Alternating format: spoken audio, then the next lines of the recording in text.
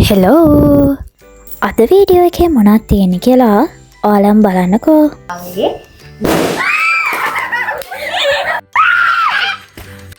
මේ අලුත් අවුරුද්දට කලින් එක දවසක් අපි තුන්දෙනා පණ දාගෙන කැට තුනක් කඩාගෙන ඒ වගේ සල්ලි එකතු කරනවා. රුපියල් 500ක් දෙනවා නම් ගණන් කරලා. නෑ බලස් 60 මේ ඉන්නේ මගේ අලි පැටියා. එයාව මෙන්න මෙහෙම මේ ආකාරයෙන් ඔපරේෂන් එකක් කරලා තමයි මන්නේ මේ ඒක මේ තද වැඩි. ඒකයි. ඒ අලියා ඝනකමයි. මේ ආකාරයට මේ අලියව සත්කමට භාජනය කරලා තමයි මෙන්න මේක නිකන් කේක් එකක් වගේ. ගොඩක්ම සල්ලි ඉද්දේ. ඇත්තද?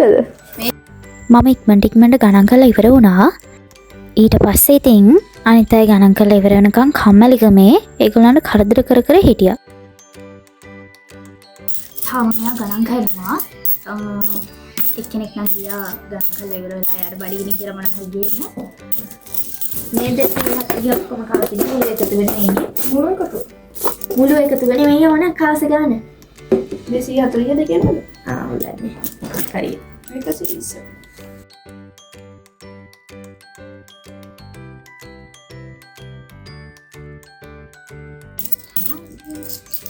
එක්කෙනෙක් තාම ගණන් කරනවා.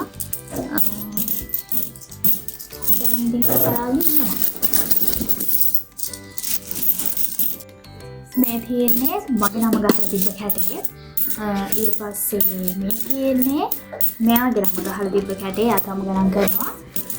මේ තියෙන්නේ ලොකු නන්ට දුන්න කැටේ. මේක නම් දැන් දීලා මාසයක්වත් නෑ. මේ කැටේක්වත් අපුරෝ කැට නෙමෙයි. මට නම් කැට පුරවන්න කියන එක කරන්න බැරිම වැඩක්.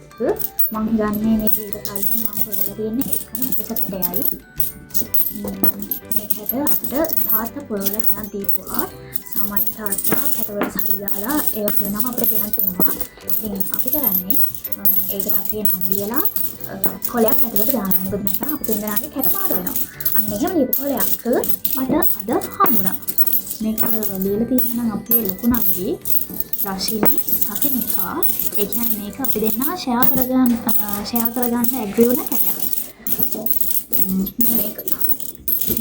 මේක මගේ නම ගහලා තිබ්බට මේක ඇතුළට දාලා තියෙන කොලේ අපි දෙන්නගේ නම් තියෙනවා.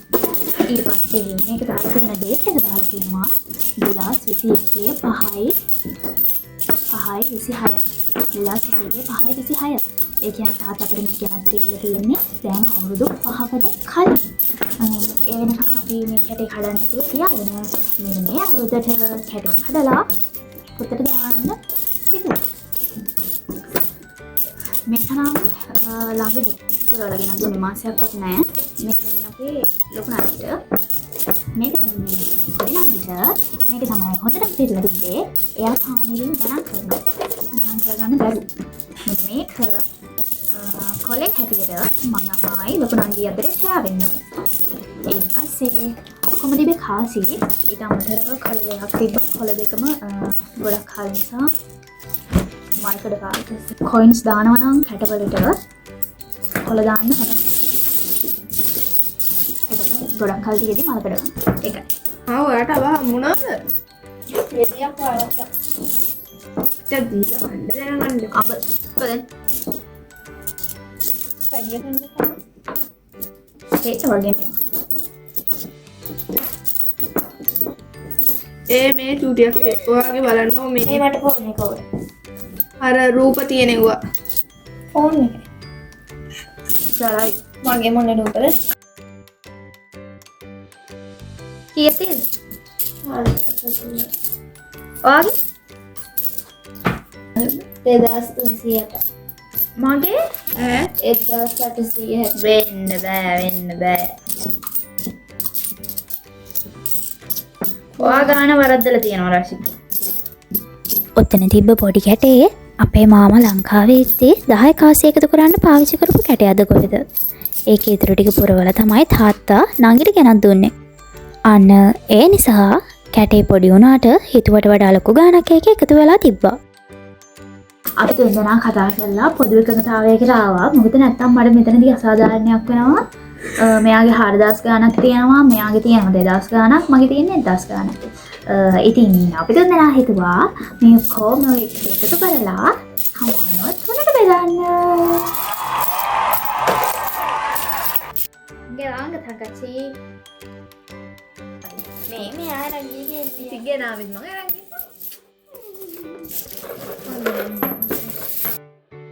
අපේ ඉතින් වැඩක් කරන්න ගියොත් අනිවාර්යයෙන්ම 3 දෙනාගෙන් දෙන්නෙක් මරා ගන්නවා. ඊට පස්සේ අපි කාසිය ඔක්කොම ටික වෙන් කරා.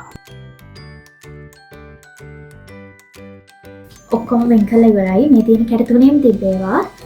දැන් අපි ටෝටල් එක බලමු. 1 6 1 7යි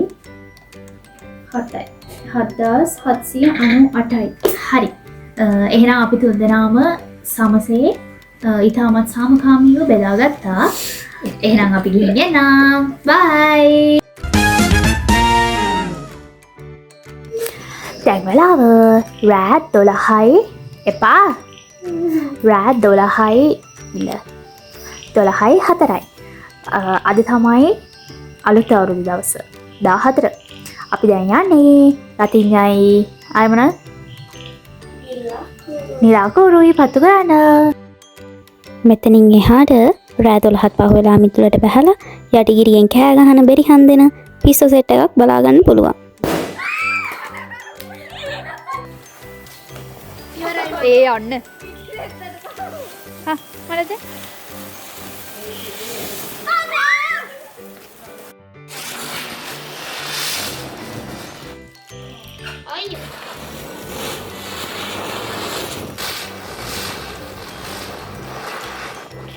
මම මීට කලින් තනියම පත්තු කරලා තිබේ නිලාකෝරු විතරයි.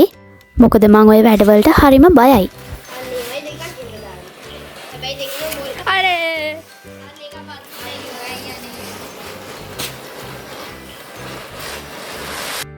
හැබැයි එදා මම මගේ ජීවිතේ පළවෙනි රතිඤ්ඤ තනියම පත්තු කරා. ආයෙ මොනවාද? ආයෙ බඹර චක්‍රෙත් පත්තු කරා.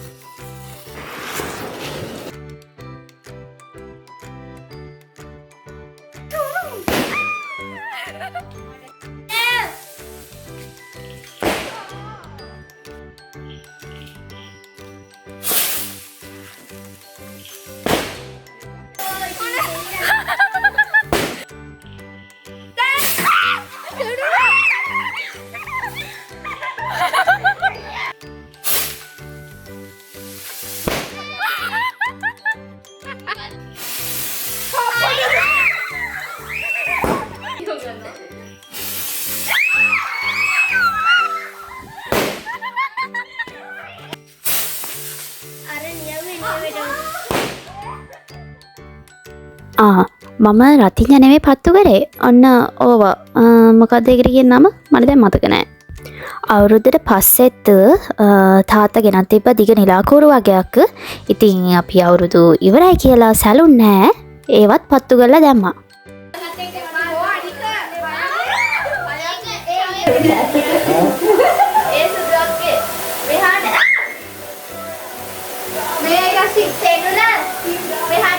ඕක ඉවර වෙච්ච තමයි ඩොං ගාලා සද්ද එන්නේ.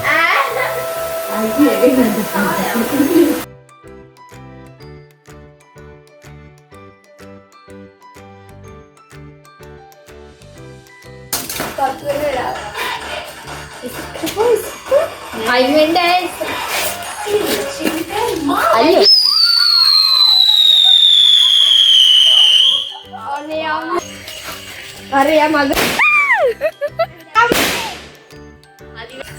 පොඩින්